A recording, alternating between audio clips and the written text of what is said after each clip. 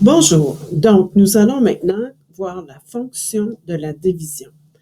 À partir du fichier que nous avons préparé lors de la présentation de la préparation de certaines fonctions, on a ajouté la deuxième feuille qui nous venait d'un autre fichier et où on avait finalement fait le calcul de notre TVH.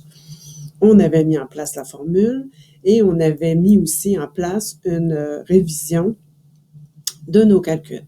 Maintenant, ce que nous allons faire, c'est que nous allons regarder comment extraire certaines informations pour calculer, entre autres, des exemples d'escompte. Donc, nous avons fait des ventes ici et supposons que toutes ces ventes-ci sont à crédit.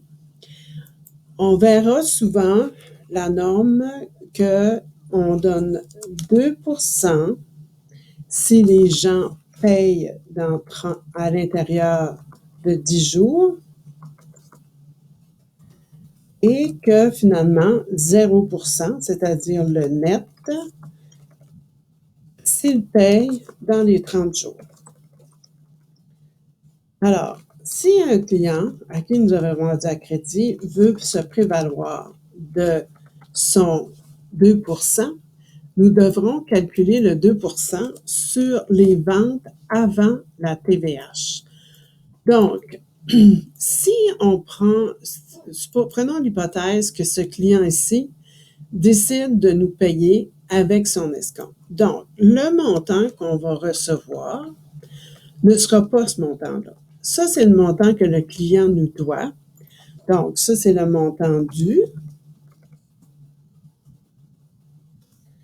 Il faut savoir quel est le montant qu'on va encaisser et finalement, quel est le montant qu'on va présenter dans l'escompte. L'escompte, je vous rappelle, c'est le fait que le client paye plus rapidement. Donc, son escompte, il a droit à 2% s'il paye en 10 jours sur le montant avant la TVH. Avant la TVH. Donc, ce qu'on va faire, on va dire que ce montant, son escompte, est égal à ce montant-là, divisé par 1,15. Et ça devrait nous donner notre montant avant la TVH. Donc, je vais mettre ce montant-là en parenthèse. Je prends mon montant, je divise par 0,15 et je multiplie par 2%. Donc, mon escompte va être de 1333,68. Voici le client en question. Pour m'assurer que mon montant est bon, je vais dire mes ventes avant TVH étaient égales à ce montant-ci plus ce montant-là. Si je prends ce montant de 66 934,22 et que je le multiplie par 0,02 ou 2%, comme vous le voudrez, ça vous donne votre 1338,68. Donc, pour accélérer les choses, ma formule ici va être la suivante. Donc, je dis mon montant divisé par 1,15 parce qu'il comprend la TVH.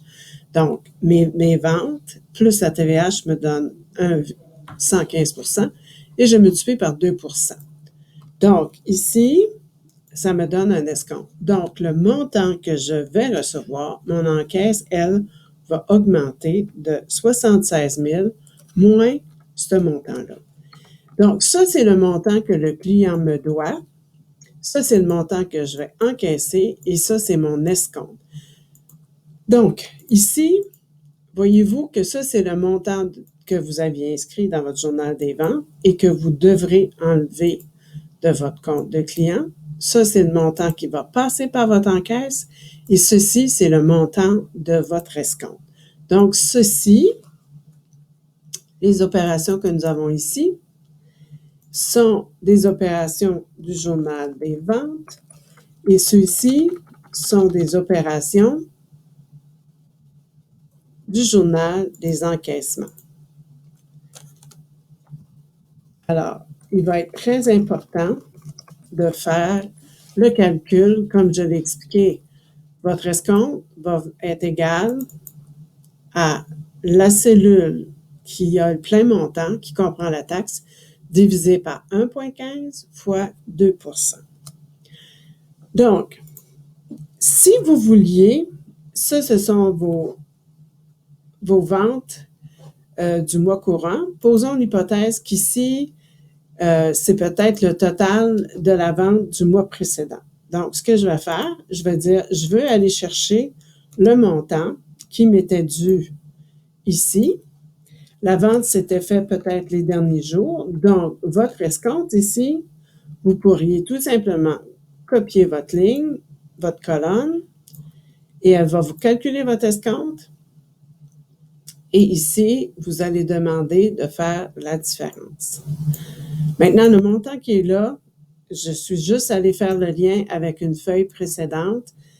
La TVH, on pourrait la calculer si on voulait. On pourrait faire TVH,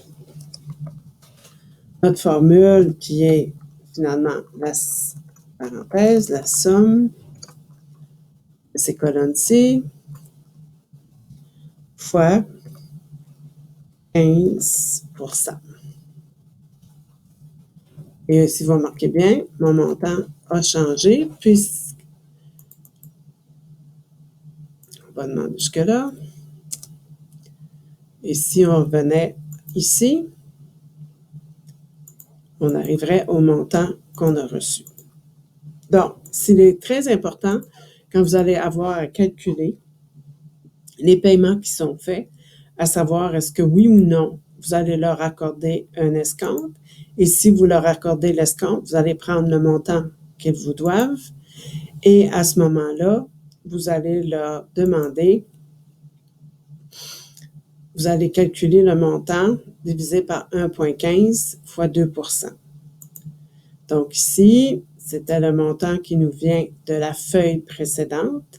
Et nous allons faire énormément de liens entre les journaux et le grand livre, entre le grand livre et la balance de vérification, entre la balance de vérification et pour faire compléter le chiffrier, et du chiffrier pour faire les états financiers. Donc, ici, d'aller chercher un montant dans une autre feuille va être une pratique que nous allons mettre énormément en place et nous allons le faire avec les ventes à crédit pour faire le lien avec le grand livre auxiliaire des clients et puis pour nos achats à crédit avec l'auxiliaire des fournisseurs. Donc, pour revenir sur ce présent vidéo, c'est qu'on est allé chercher un montant qui nous était dû, puisque la personne a payé à l'intérieur de la période de temps, on a accordé un escompte, on a à ce moment-là reçu un montant moindre que ce qui est dû. Mais par contre, on va quand même indiquer que le client nous a payé au complet, c'est qu'il a profité du fait qu'on lui a dit « paye-nous plus rapidement et on t'offrira un escompte ». Donc ici, nous avons fait par la suite un lien avec une autre feuille. On est allé chercher un montant ici et on a fait le calcul de la TVH sur le montant qui nous était dû et on est arrivé à l'escompte. Et ensuite de ça, on a calculé le montant qu'on devrait recevoir de notre client. Donc ici, ce qu'on a par le biais de ce vidéo, c'est de faire de la division pour calculer un escompte et aussi, est très important, de faire le lien avec une autre feuille pour aller chercher des informations d'ailleurs. Et je ne le répéterai jamais assez, vous allez avoir besoin continuellement de cette fonction, puisqu'on va partir des journaux pour aller au grand livre auxiliaire, pour aller au grand livre, pour aller à la balance de vérification, pour travailler le chiffrier et pour préparer les états financiers. Donc, avec ceci, vous avez l'essentiel de bien réussir sur la simulation en maîtrisant ces fonctions. Donc, bon travail!